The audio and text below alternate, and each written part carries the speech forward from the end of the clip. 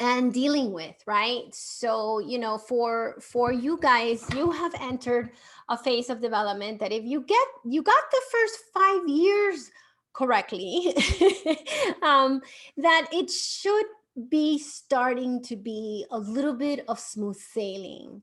Your worst the worst culprit on those days when your child wakes up in a not so good mood, or if they're sick, or if they're living through a pandemic, or if they're getting used to the routine of school again because they just recently went back to school, because a lot of children just got back to in-person school in the school district. So I'm going to talk about that. So what you are up against, and I'll start with the second pain point rather than the first pain point, just because it got me there, is the black and white, concrete, good, bad, pain, pleasure, that they are feeling currently, right?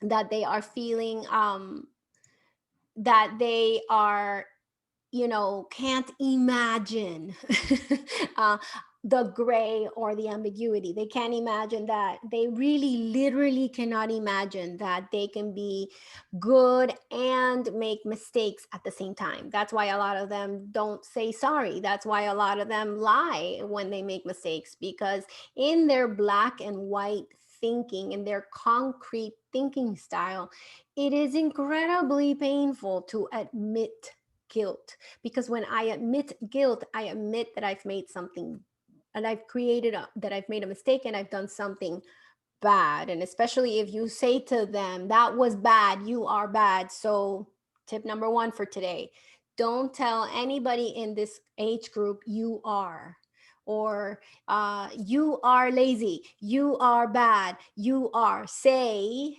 that choice that you made was not kind, and we are a kind family, but I know that you're going to keep trying, and tomorrow you're going to do better. You are the gray of a child. If you say you are, then they are, and they will act as such. So know that for a lot of you, that negative attitude, that giving up is part and normal for this age group. And they're giving up because if they feel frustration while they're learning, if they feel frustration about your rule, if they feel disappointment about your boundary, their concrete mind puts that in a bad bucket, and then they don't want to do it, and then they problem solve about it. That's why in this age group, it is so important to tell them how to do something and why they are doing it. For example, uh, let me see something common in this age group: homework.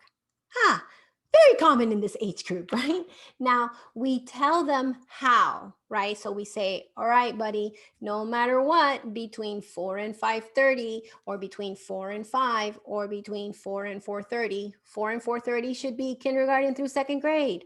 4 to 5 should be maybe third and fourth grade, and 4 to 5:30 should be fifth grade. Supposedly, your teacher should only give you 10 minutes per grade level of homework.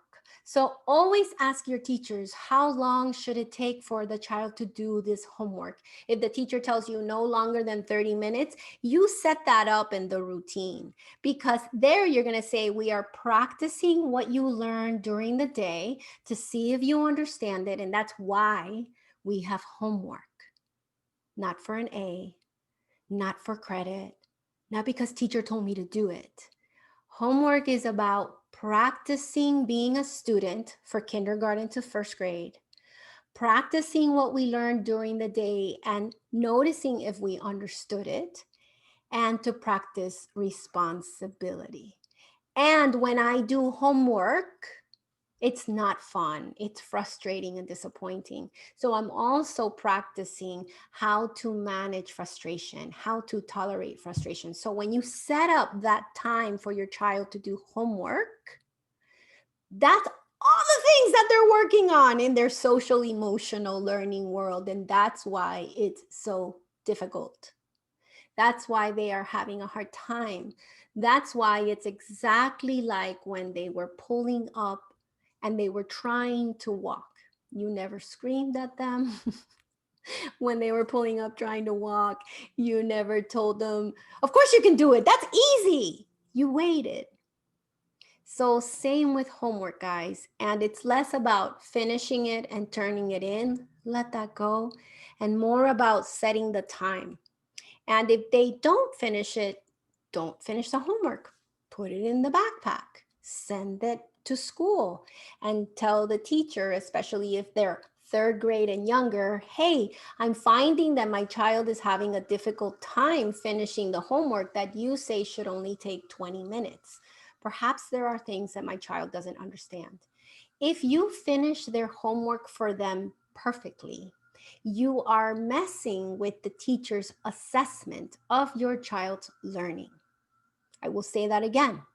If you finish their handwriting, if you tell them what they filled out wrong, if you fix it for them so they get an A, you are messing with the teacher's assessment of how your child is learning. And that's not good, because then the teacher imagines that your child is fine and that he knows the work, because when he turns in the homework, it's perfectly fine, right? So get off of the they need A's and they need to finish the work and get into, what is this test showing me? What is this homework showing me? What is this information showing me? And within that example, I have spoken to you about black and white thinking, why they don't want to do homework. It makes them feel frustrated and disappointed. They're working on tolerating frustration and disappointment, because those are the feelings that I have to tolerate so I can be responsible. Why is responsibility so hard, no matter your age group? Because you have to tolerate these incredibly difficult feelings. And I want to put everybody in the framework that your children are practicing tolerating frustration and disappointment, exactly like when they were practicing pulling up on the furniture so they can walk. It's a social emotional marker, and this is why you have to keep yourself as cool as possible. So that is my conversation about responsibility. That is my conversation about black and white thinking. And now school. Now, school currently in this time that we are living has different buckets. So I'm going to address the first bucket, which is for those of you that are in public school, you just started school last week. Okay, so you went from one routine to another. Now, it could take up to 5 weeks of school, 5 to 9 weeks of school for children kindergarten to second grade to get back into the routine. So expect for them to whine, to cry, to forget, to not want to go, to want to go and then not want to go, because they just spent close to 7 months doing school completely different. And they did go back to school, but they're not going to the same experience that they had prior to the schools shutting down. So if you have sent your children to school, the best thing that you can do is don't do anything drastic. This is not the time to go to Naples. This is not the time to go to Disney World. This is not the time to go to Key West.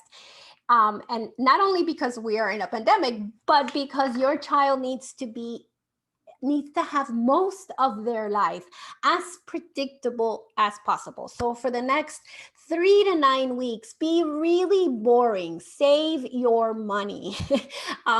Make sure that you are keeping consistency with your morning routine and your afternoon routine so that you can manage the hiccups that you are about to venture into. So, and expect them to be extra, maybe clingy. Clingy equals assurance. Okay, to be extra irritable and sassy. Irritable and sassy means I am afraid, I don't understand something. So instead of saying, don't talk to me like that, that's so disrespectful, say, it sounds like you're afraid or disappointed about something. Can you share that instead of being mean?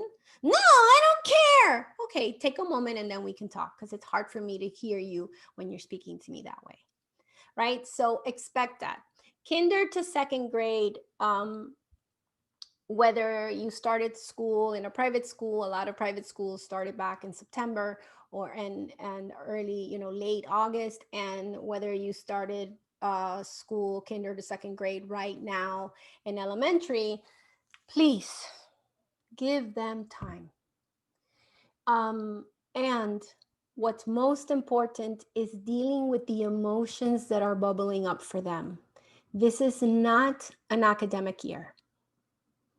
I'm going to bring up my microphone. This is not an academic year. This is a social, emotional behemoth of a year. This is the year that your children are learning how to manage uncertainty and hardship, which you have been managing, hopefully some days well, some days poorly, since March. So take out of your head that they have to finish the work, that they have to get an A, that you have to check the grades in the portal. FYI, there's not a university in the country that checks your children's elementary school transcript. But every university in the nation, as well as in the world, wants your child to have the executive function skills and the soft skills that are needed to be a good student, which are focus, frustration tolerance, knowing how to be one of many, patience, and responsibility, right? And how do I do these 5 things? By managing negative emotion. So instead of going, enough, why are you always complaining? When you're feeling a really hard feeling and somebody tells you enough, why are you complaining? That never works. It doesn't help. So the best thing to say is, yes, you're so disappointed and angry right now. You don't want to do homework. You just spent the whole day with a mask on.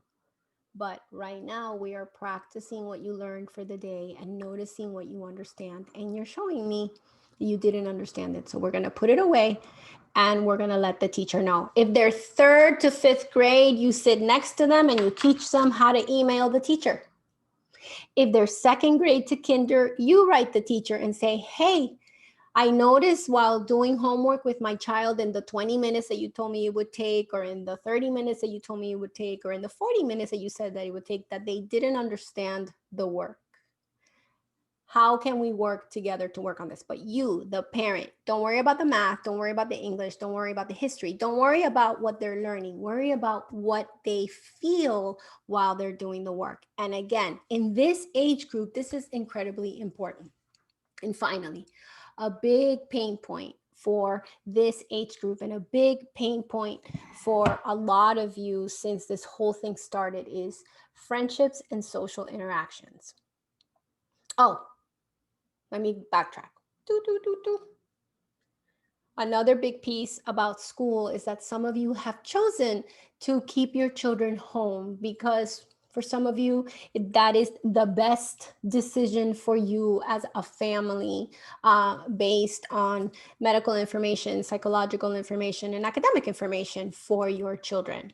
And that is what you tell your child. You say, we have looked at everything, and for our family, this is the best decision that we can make because, and write this down somewhere because I want you to say this forever and a day until your children leave your house. And it's because we, as your parents, we, as the adults that care for you, our priority is to keep you healthy and safe. And after looking at everything, we decided that this is not a good time for you to go back to school. That's not a magic statement. Your child will have an emotional response to that information. For some of them, it will be complete disappointment.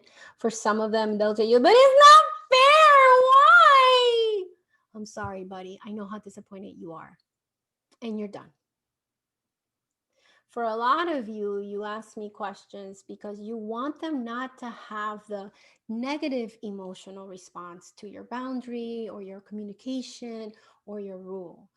And that I am so sorry, I am not able to get rid of because As long as your child is following the boundary, as long as your child is not lying about it, as long as they're following it, even while they stomp away or whine away or cry about it, it's okay, because the crying and the whining and the stomping away while they follow the rule is their emotional response to your rule. And their emotional response is not um, yet as contained as it is for us, the adults, right? A lot of us wish that we can whine when an employer or the IRS or somebody with authority tells us something that we don't want to do, right? But we have learned throughout our trajectory of development that we can't whine or scream or punch. Although not everybody has learned that, right? There's a lot of adults out there doing some crazy stuff. So anyway, that's the piece. So let me go again to this last pain point of social interaction and friendships.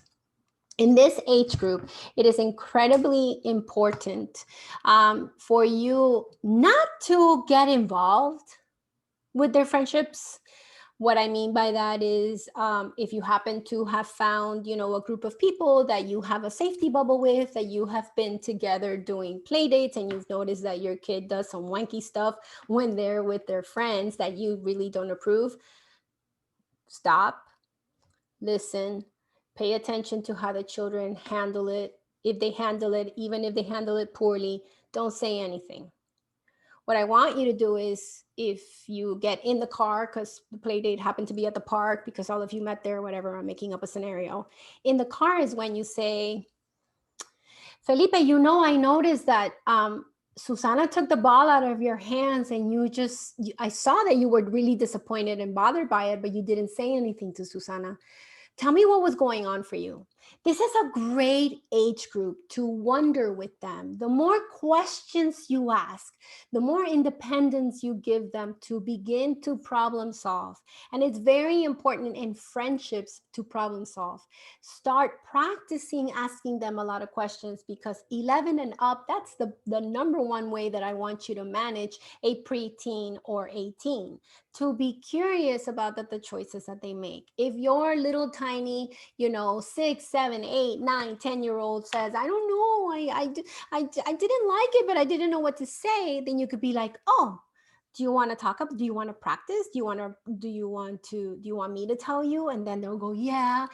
Because this is the age group where we tell them about friendship, where we tell them what it means to be a good friend, what it means to be part of a group, what it means to be one of many.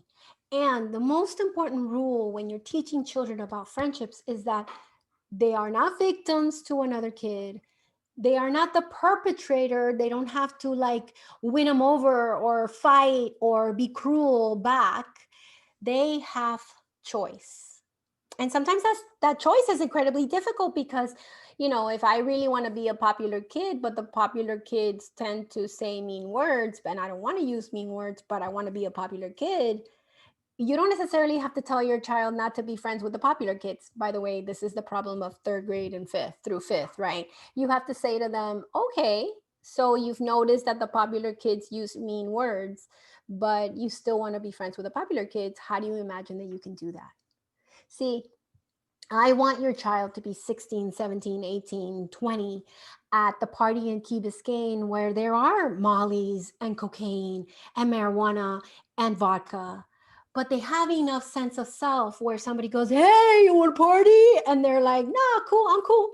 But they're still there dancing, enjoying themselves, and knowing when to leave. And that starts now, because we let them know, listen, you have choice no matter what your friends are doing around you. You have choice. It's hard because sometimes you have to walk away and you really want to stay there playing, or you really want to be popular, but you have choice in these interactions.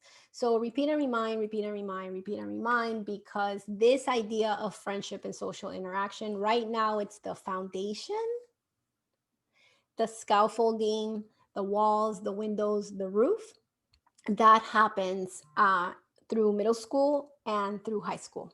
Okay, perfect. So that's it for me on the pain points. Now I do the fun part that most of you like best, which is to answer the questions that have been placed in the Q&A or the chat box. And like I said, if you want me to answer your question directly for your children 6 to 11 years old, you just press the participants and you can press raise hand, or you can type it into the Q&A. So I'm going to go with the first question in the Q&A, and it says, this is great. Who was the occupational therapist you recommended a month or two ago? Please share again. The occupational therapist for sensory evaluation. There are several occupational therapists that I recommend.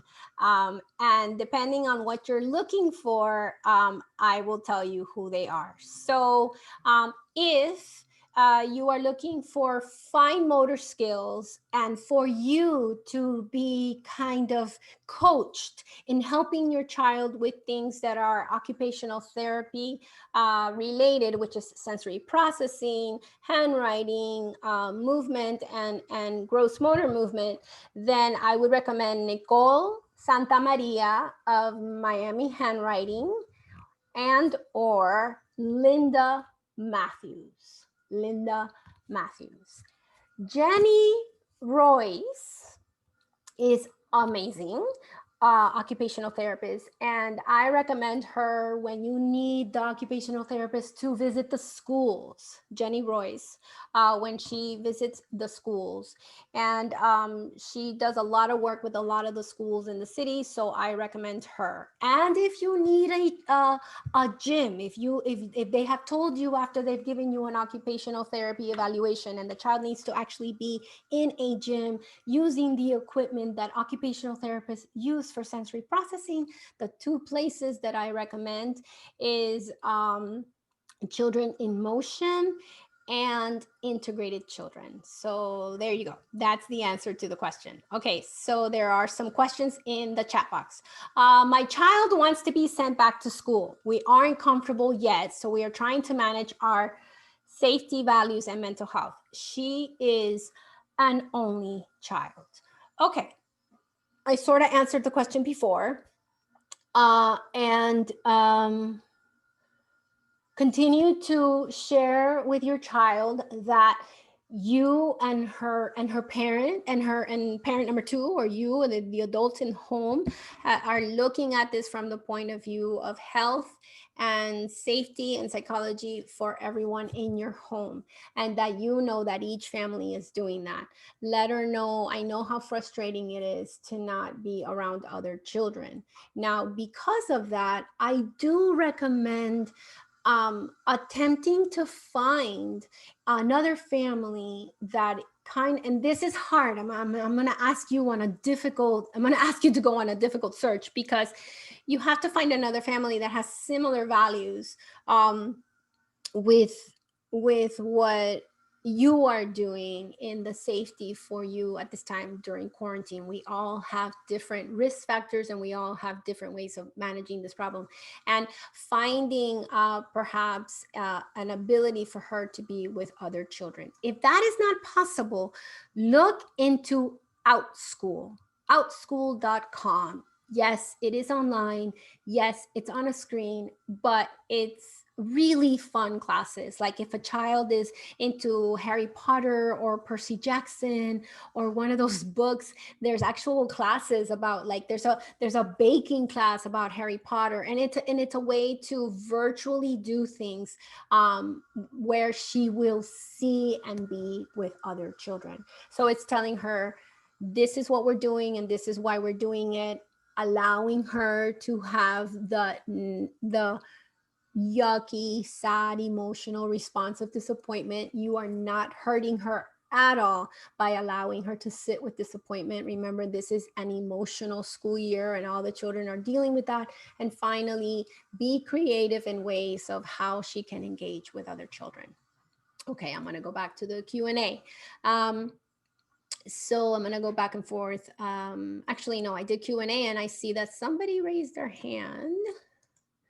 So Where are you? Okay. Go ahead and ask me your question live. Hello, hello. Hi. Hi. I want to tell you thank you so much for doing this. I've attended a lot of them and it's been really helping us. So Great. We have an 8-year-old little boy and we focus a lot on kindness, but I have noticed a few unkind engagements, and it's not that he has an unkind mindset, but he just doesn't know, or we don't know how necessarily to coach him. For example, he has a really great reading level, and he was telling his friends that he's doing really well in reading, and not knowing that it's going to hurt someone's feelings, or that it's coming off bragging, or when somebody has an unfortunate something happen, he doesn't have he doesn't have this instinct of compassionate response offhand. And I just wanted your guidance on how to not reprimand him and to encourage him how to think kindly first, compassionately first. Right. Okay. So you're talking about building the muscle of empathy. Yes. And you're also talking about learning how to share when we are proud of ourselves, right? And so they're two separate things. Now, the muscle of empathy is primarily built by how we are empathic with them.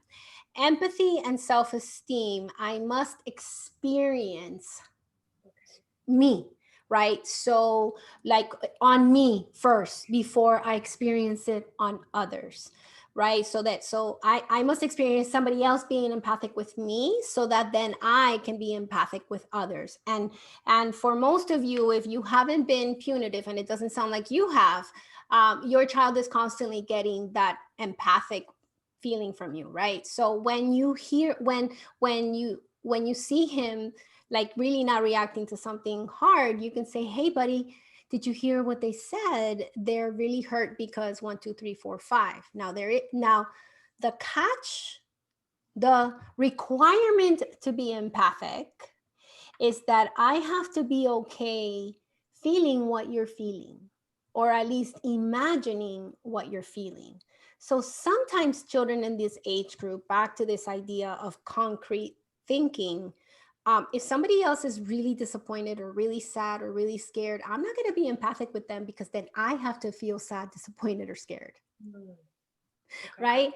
And if a child has put, and it's very common for children in this age group to put sadness, disappointment, or frustration into the bad bucket, right? So if he's not reacting, and especially if they're just kind of flat, like they almost look frozen, that's your cue that they're like, oh God, that's really horrible, but I really don't want to put my hand in that poop. I don't want to put my hand in that bad bucket right now. So I'm just going to like back off, right? And a lot of children in this age group do this primarily because they don't want to feel how the other child is feeling, right? So you may guess that this age group, there's a lot of throwing spaghetti at the wall and saying, it's really hard to think that Christina is so disappointed that her daddy had to travel because he's a soldier, whatever. I'm making a story, right? And then your son might say, yeah, and you don't want to think about it because it's really sad. And he's like, yeah. I was like, well, you don't have to, but you do have to be, extra gentle with Christina this week because her daddy went off, to war. Whatever, making up a story. But that's what you can do. So it's more a communication. And when they're saying, oh yeah, I'm reading level 5 in the books, and you're noticing that the other kids are, hey, I'm in level 5, I did AR 345 whatever pages. We leave them alone in the moment. In the moment, we let them step in the mud with their friends because that's a friendship thing. And then when they stop, you do the 2, right? You know what, buddy? I know how proud you are because you have worked so hard on AR and you have gotten all these points. But remember that there's a difference between being proud and gloating. And I don't think you were trying to gloat, but your friends may have gotten hurt. So be careful. And then just repeat and remind, repeat and remind, repeat and remind, because again, these things that you're talking about, empathy and sharing our pride and noticing how somebody else is feeling above ourselves, is something that they are continuing to build. But the most important way to learn empathy is when somebody is empathic with me. The most important way for me to learn to feel a sense of self-esteem is if somebody shares esteemable acts with me. Okay, so keep it up. It's good stuff. All righty. So on to the next question. Um, and it's in Spanish. So I'll read it in Spanish, I'll answer it in Spanish, and then I'll translate. So, ¿cómo enseñar a una niña de 7 años a cuidarse de adultos con los que interactúa de violencia sexual sin que le genere algo malo? Lo que es un gran temor para mí como mamá. So this is a question about sexual safety in Spanish. So the question states, how do you teach a 7-year-old how to keep themselves safe from the possibility of being abused by an adult? Okay, so Claudia, okay, so let me know. Okay, I'm gonna speak very slowly in Spanish, but I'll repeat the important things in English. So, sexual safety. The first thing we have to teach children about sexual safety, and you should start as early as 3, but it's okay if we got to 7 and we haven't done it yet, is number 1, teach them the correct words to their genitals, right? So, cosita, pipicito, o toto. It's not appropriate.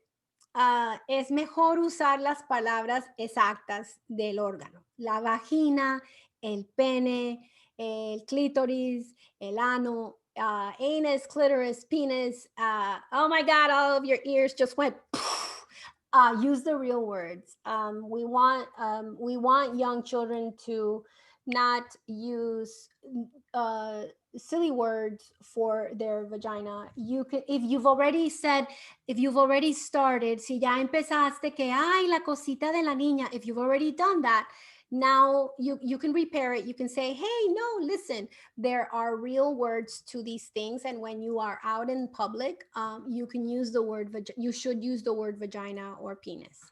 Now, I am going to bust a myth right now with all of you because this is important, okay? Children get 1 in 5 girls before they're 18 will be sexually abused. 1 in 7 boys before they are 18 will be sexually abused. Girls tend to be sexually abused between 13 and 18 years old primarily. Boys tend to be sexually abused between 5 and 12. Number 1 statistic. Number 2 statistic. Creepy, scary man in the corner that steals your child from a van. The statistic on that is like 0.0032. El que no conoce, el pedofilio que nadie conoce, que está por ahí escondido, esa persona no es la persona que le hace daño a un niño. Most children are sexually abused by older kids and or people in your circle of trust. Adultos en el círculo de ustedes. Cuando le mandan esas fotos del colegio, when you get those pictures from school about sexual predators, that's somebody's father, uncle, brother, grandparent, sister, auntie, coach. Most children get sexually abused by people in their circle of trust, and most children get sexually abused, and if they're very young, it's not a bad experience. So I know this Q&A took a turn, but this is an important subject because most people that abuse children, they love on them and they give them so much connection and attention. So be mindful to let your children know the names of their genitalia, the correct ones: vagina, penis, clitoris, anus. Two, let them know that nobody can touch their private parts, only you and the doctor, if the doctor asks parents for permission, that they cannot ask somebody else to show them their genitals because that's not appropriate either. And let them know what the private parts are. Private parts are mouth, vagina, penis, clitoris, and the way to, you don't have to say anything about somebody else that is going to touch them. Just say to them, amor, in the bath, right before you're about to wipe the butt in the vagina: mamita, te voy a preguntar si te puedo tocar la vagina. ¿Sabes por qué? Porque nadie te puede tocar la vagina sin que tú le preguntes. That's it. That's all you have to say for children 7 and younger. You have to say to them, eh, if you feel scared or uncomfortable with an adult, even if it's mommy's friend, you have to let mommy know. Aunque te, amor, ¿sabes qué? Cuando no te gusta a alguien, aunque sea amigo de mami o aunque sea familia, tú le dejas decir a mami, tú le dices a mami: mami, no me siento cómodo que él me dé besitos, o no me siento cómodo que ella me dé abrazos. Por favor, dime, mi amor, porque mami puede ayudarte y encontrar diferentes formas de saludar a esa persona. So that's how you repeat and remind, repeat and remind. I took a little long on this question because it's an important question. If you want to read more about it, go to stopparentingalone.com, go to the blog. There's a search area, put sexuality in English, put sexualidad en español, en la palanquita para buscar. And there is 2 blogs that I wrote, English and Spanish, all about this. The Spanish one has an interview that I did in Telemundo on my segment that I do with Telemundo for Aprendiendo a Ser Mamá. So thank you for the question. All right, I'm gonna keep going. Okay. My son is 10 and he's still afraid of the dark and still wants to come into bed with me. What do you recommend? Okay, well, if you don't want him in your bed, you have to, he's older, so it is going to a plan and telling him, okay, for the next 3 weeks, we are going to work on your fear.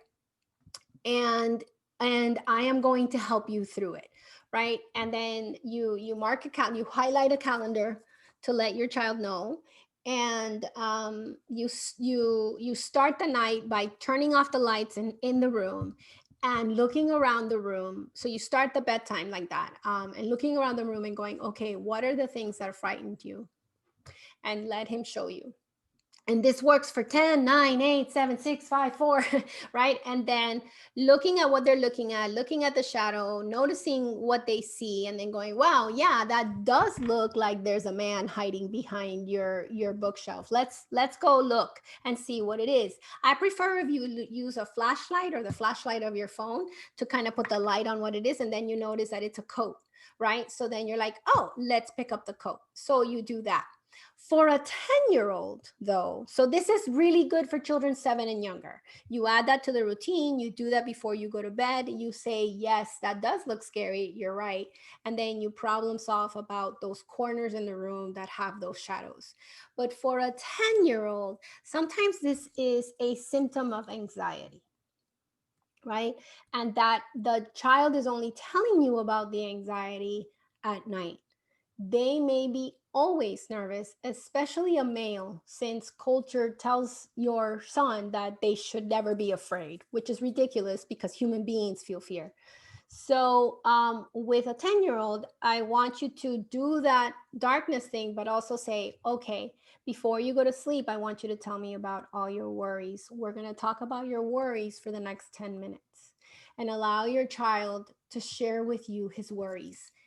Do not say, no, of course not, that would never happen. For example, I'm afraid that somebody's going to break into the house and then they're going to come in and they're going to kill you, mommy. Terrifying. But I need to hear that that's what my child is thinking. Oh, okay. Well, if somebody tried to get into the house, the alarm would go off. And then once the alarm would go off, the police would be alerted and the police would come. If the alarm went off, where would you hide? And then go through the process of the what ifs with him, but for a very short amount of time. If you start hearing his worries and they're very, very big, this is the type of child, especially if he's 10, that it doesn't hurt to get an evaluation from a child therapist. So try those two things first. Sitting in the dark with him, telling him that for the next 3 weeks, he is not sleeping in your bed no matter what, but you're going to stay with him until he falls asleep. After you talk about the things that he's afraid of and see if it passes, give him 3 weeks. And if it doesn't pass, I would, because your son is 10, I would recommend an evaluation by a child therapist because there is a possibility that he may be dealing with a bit of anxiety. And when we're dealing with anxiety, it's sometimes attached to our nervous system.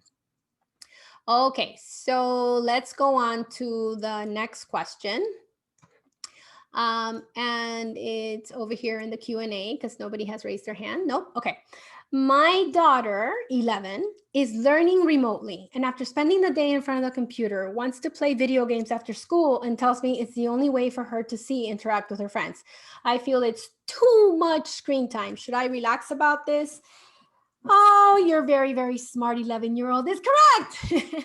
Okay, so this is a beautiful opportunity for me to share with you about screen time right now in pandemic times. I want you to look at the screen as a plate of food. It must have variety.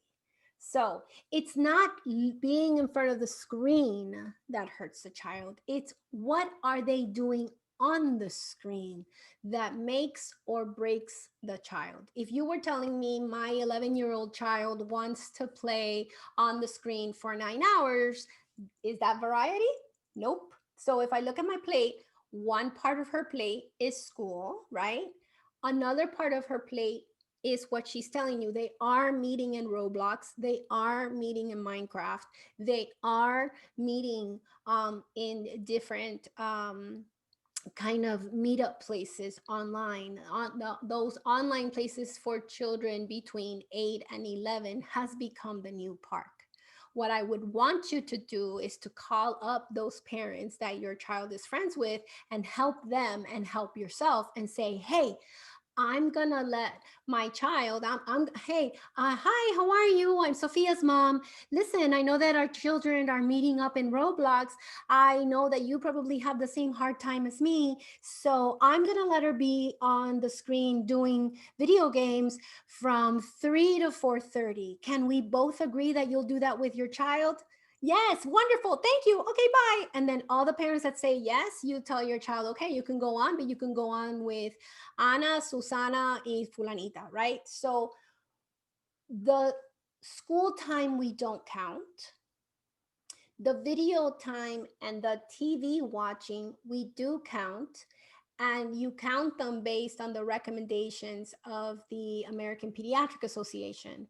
And they don't recommend more than 2 hours in a 24-hour for children in this age group, right? So if she decides to play Roblox with her friends for an hour from 3 to 4 on a school night, and then at 5 o'clock she starts doing her homework, again, it's a nice plate of variety. Don't count school. Screen time is a plate of food.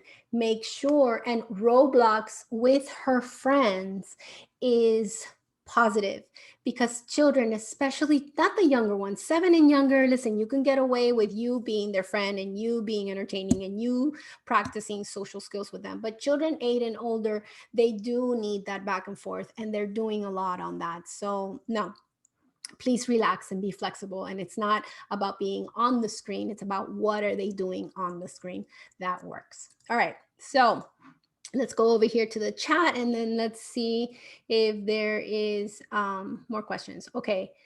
How to instill a sense of responsibility towards their homeschooling. 7-year-old, my son will leave the computer anytime I answer the phone.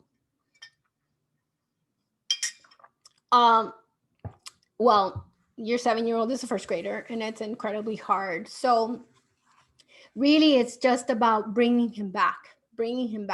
Um, while school is on, and it's it's repetitive, because what your child has to do to stay on the screen is first to be engaged. And it's been hard for some, some children, the computer has been a godsend. For other children, they really just can't engage, because they're not auditory and visual learners. So it may be a possibility that your child is not an auditory and visual learner, and that's why the virtual school is so difficult for them. So make sure, if you can, to for him to see your body when you're on that phone. Try not to leave the room if you can. If you need to leave the room, expect them to walk away. Bring them back. Don't say anything while during the school day. Just bring them back to the saying, hey, it's time for school. It's time for school. When you're done with school, in a quiet, like not so overpowering moment, you have to say to him, wow, today you had a really hard time focusing. Because remember what I said, children have to learn the executive function skills and the soft skills that will make them successful in the corporate world. And what your little tiny 7-year-old is laying the foundation for is focus in something that is boring. Right? Like I got boring all of a sudden today when I was talking on the slide, right? And you guys were using your frustration tolerance and your patience to continue listening to me to get to the good part of me answering your questions. So, in your mind, mom, understand that him walking away is perfectly normal. Remember what I said today. It's like him pulling up before he started walking. So, it's about bringing him back. And then later, in happy moments, in the bath, at bedtime, while you're snuggling with him, telling him, hey, we have to stay focused, even if we feel bored, even if we feel sad, because what we're learning to do is to focus on school. And repeat and remind, repeat and remind, repeat and remind. And during school time, the adult in charge is the teacher in the computer. So all you, the parent at home, have to do is put them back in front of the screen, back in front of the screen. Also, you can get him a like on his seat wherever he's sitting. You can get him one of those wobbly seats that they sell.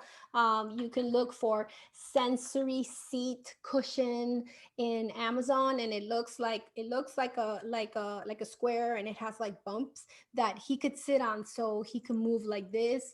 Or give him actually a yoga ball that's his size, and put the screen lower so his feet are touching the ground so he can move. Or put the computer in a way so that he can stand or sit, and then give him that out for him to be able to move while he's paying attention to the screen, because some children focus by moving their body. Okay, next question. My 6-year-old son has developed an almost OCD behavior to greasy, dirty hands within the last year.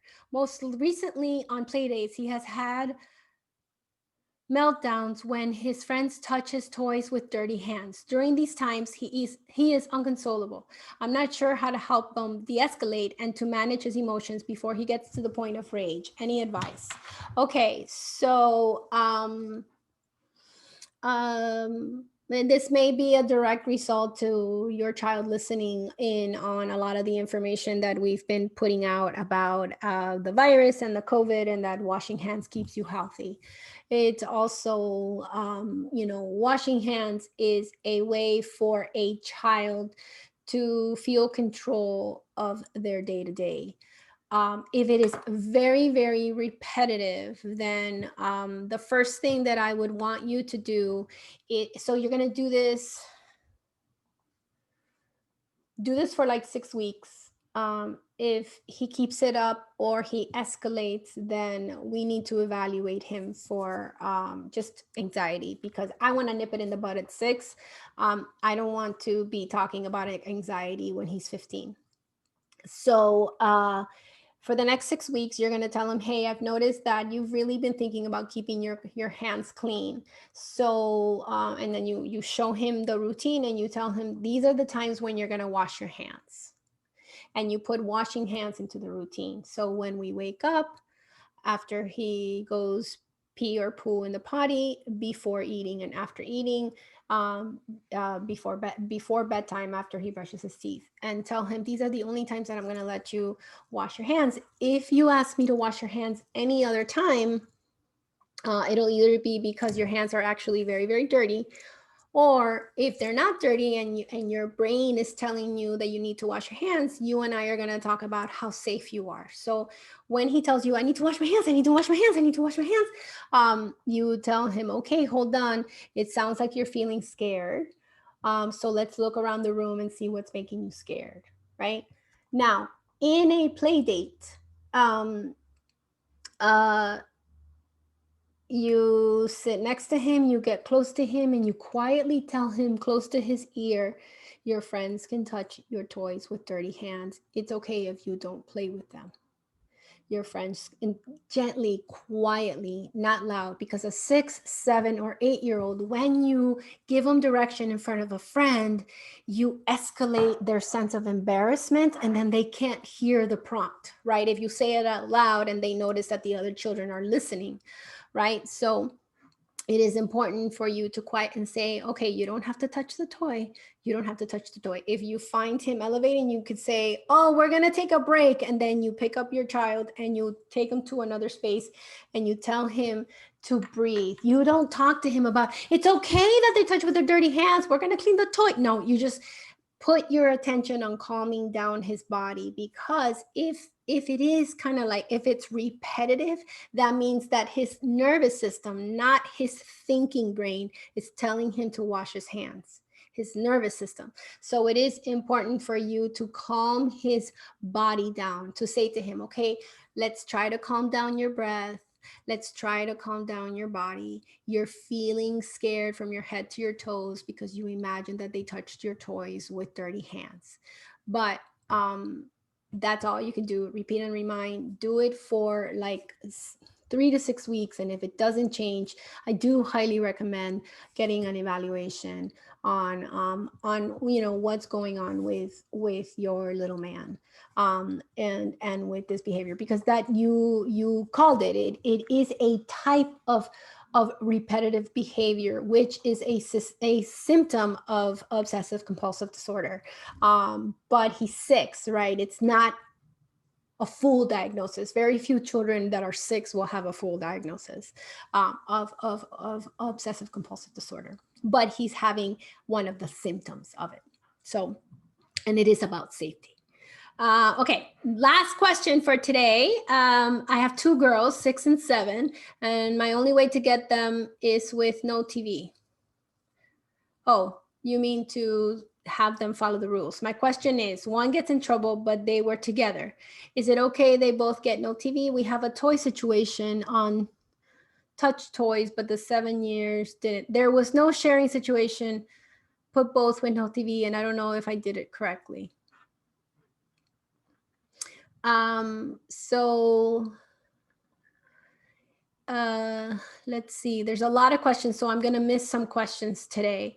Okay, so if you take away the TV from one child, I mean, if you're taking away the TV as a result for something that they did together, of course, taking the TV away from both of them is fine. But remember, whenever you take away a toy or TV, or you make a punishment about something else, make sure that they understand what they did wrong and why the TV is happening. Si no me hacen caso, entonces nada de televisión. That doesn't work. Because no me hacen caso, or if you don't listen to me, no more TV. That doesn't mean anything to me. As if I am 6, if I am 5, if I am 7. It just means mommy's mad and I can't watch TV now. So Okay, you guys are showing me that you can't share. You're showing me that you don't know how to play together. So we're going to stop playing. And later tonight, we're not going to watch the shows that we're going to before bedtime. No, that's perfectly fine. Now, if only one of them made the mistake and only one of them is not following the rule, then one of them doesn't watch TV and the other one does, and that's okay as well. But it's difficult. So I there's lots of questions. I didn't answer all of them, uh, and I and I'm gonna answer them quickly as possible. And one question is it normal for a 6-year-old to masturbate or to touch their vagina or their penis? And yes, children as young as 3 will masturbate. It's perfectly normal. The clitoris and the penis does work, and it does send off beautiful chemicals to the brain that feels delicious. That's why they do it. So the best thing to do as a parent is to share your values about what you think a person should do about self pleasure. It's as easy, and think of it as like when you teach them about where to eat, where to poop, where how to manage their nose when they have boogers in their nose. You know, we all have values and rules around this. So share your values and your rules about what to do. But it's perfectly normal if they are masturbating, especially if they're doing it hiding. Should children say hello to adults with kissing and hugs? Not if they don't want to. Si los niños no quieren dar abrazo y beso, pero uno quiere ser respetuoso. Ay, la niña no quiere saludar con beso. Amor, hazle, hola Javier, ¿cómo estás? So give them another way to be respectful and to say hello. But please don't force a child to hug and kiss an adult because you are setting a precedent. Si le obligas a darle beso y abrazo a un adulto, el mensaje es que los adultos me pueden obligar o me pueden pedir un beso y un abrazo y yo no puedo decir que no. How can we explain to our child that they just have 2 hours of screen time without doing a pataleta? You can't. 2 hours of screen time, you set the rule, you pick up the screen. The emotional response, it's normal. It's childhood. That's what they do.